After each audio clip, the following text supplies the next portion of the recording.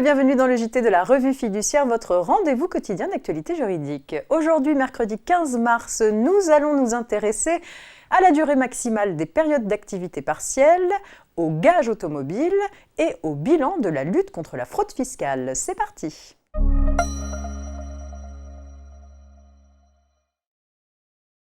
Depuis le 1er juillet 2021, la durée maximale d'autorisation d'activité partielle est de 3 mois, renouvelable dans la limite de 6 mois, consécutifs ou non, sur une période de référence de 12 mois consécutifs.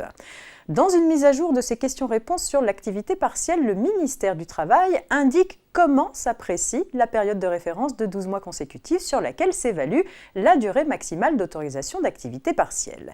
Elle précise qu'il faut l'apprécier de manière glissante. Ainsi, pour déterminer cette durée d'autorisation maximale, l'employeur doit se placer au dernier jour de la période d'autorisation demandée et vérifier que sur les 12 mois précédant cette date, l'entreprise n'a pas bénéficié de plus de 6 mois d'autorisation de placement en activité partielle. Pour cela, il faut tenir compte des périodes d'autorisation qui font l'objet de la demande de validation.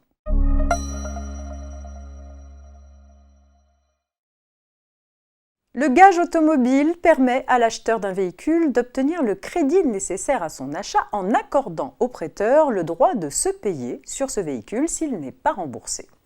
À la suite de la réforme des sûretés par l'ordonnance du 15 septembre 2021, certaines modalités d'application restaient à définir concernant la publicité de ce gage. C'est chose faite avec un récent décret. Le gage est constitué par le propriétaire ou copropriétaire du véhicule en possession d'un certificat d'immatriculation définitif. La demande d'inscription est adressée par le créancier bénéficiaire au ministère de l'Intérieur, soit directement par voie électronique, soit par l'intermédiaire d'un établissement de crédit ou d'une société de financement. La publicité de l'inscription est réalisée sur un registre dématérialisé tenu par ce ministère, effectué au plus tard 7 jours après la réception des informations relatives au gage. L'inscription est acquise en l'absence de réponse dans ce délai. L'inscription est alors valable 5 ans. À l'expiration de ces délais, elle peut être prorogée pour la même durée autant de fois que nécessaire. En l'absence de prorogation, l'inscription est radiée. Durant son inscription, le gage peut être cédé à un nouveau créancier. Quant à la demande de radiation, elle est adressée directement par le propriétaire du véhicule ou le créancier ou par l'intermédiaire d'un établissement de crédit ou d'une société de financement. Hormis lorsqu'elle émane de ce type d'établissement, elle doit être accompagnée d'un document justifiant l'accord des parties. En l'absence de réponse à l'expiration d'un délai de 7 jours, la radiation est acquise.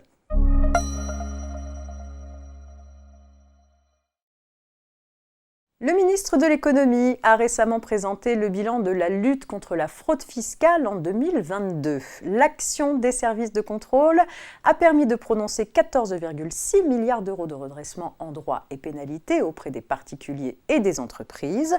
Ces chiffres en progression de 1,2 milliard d'euros par rapport à 2021, soit plus 8,2%, sont le résultat de contrôles sur place, principalement dans les entreprises pour 8,8 milliards d'euros, et pour le reste, du contrôle fiscal sur pièces, 10,6 milliards d'euros ont été encaissés par l'État à la suite de ces contrôles, principalement au titre de l'impôt sur les sociétés, la taxe sur les salaires et les droits de succession.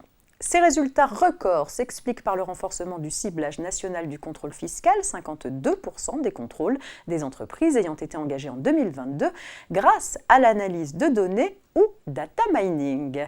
C'est tout pour aujourd'hui, je vous souhaite une très agréable journée, à demain jeudi.